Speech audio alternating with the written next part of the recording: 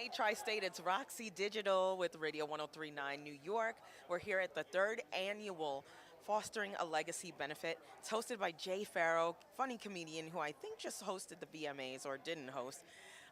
Also, Trey Songs is going to be special guest and an honoree and a favorite of ours at Radio 1039 Neo. So keep it locked on radio1039ny.com. Just wanted to ask you about like your role and do you mentor any young women, and if so, like what advice do you give them, especially in the career that you're thriving in right now? The advice I always give to younger women, especially that want to get into this industry, is to definitely know that your talent is enough. You know what I mean? I feel like a lot of times they feel like I need to be around a certain people. There's an easy way. Let's just keep it PG. There's an easy way to get to the top, and then there's a hard way, the long way. But that's the way that's worth it. You know what I mean? Because we can hold our own. You don't. I feel like you don't have to do that.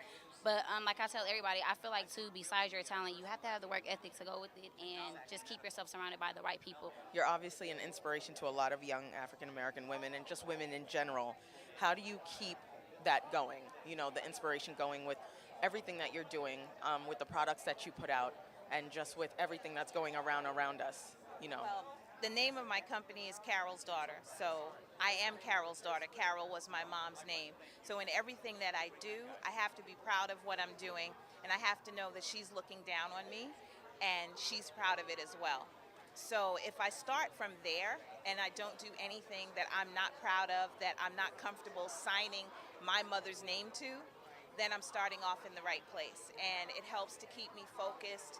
I love having really smart, innovative people around me that let me know what I'm doing, that let me know when they think something that I'm doing is great, or I could do it better, or we could be cooler, or we could be fresher.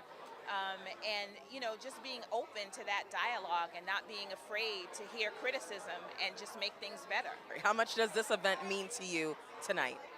It really means a lot. I grew up with a history within my family of foster care. My mom adopted 6 children, so I have 6 brothers and sisters that I don't look at as anything other than my brothers and sisters, but they were originally a part of the foster care system. My youngest child, my daughter, was in the foster care system, and my husband and I adopted her. And my husband grew up in a home where 2 of his siblings also had come from the foster care system. So I know the difference that it makes when someone cares and when someone is there.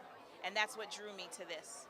In light of everything going on with the state of black men, and you have a son of your own, how are you raising him and how are you instilling in him, what's going on in society? And Well, I mean, I got a little while before I have to worry about too much of that.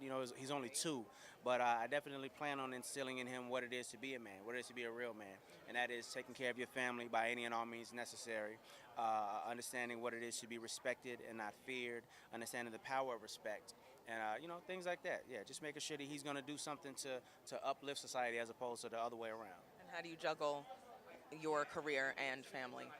Well, in realm of that, I have to thank God for my team. I have to thank God for my mother, the mother of my 2 beautiful children. We all work together to make sure that this ship stays afloat. Hey, what's up, y'all? Mila J, and you've made the switch to Radio 103.9 New York.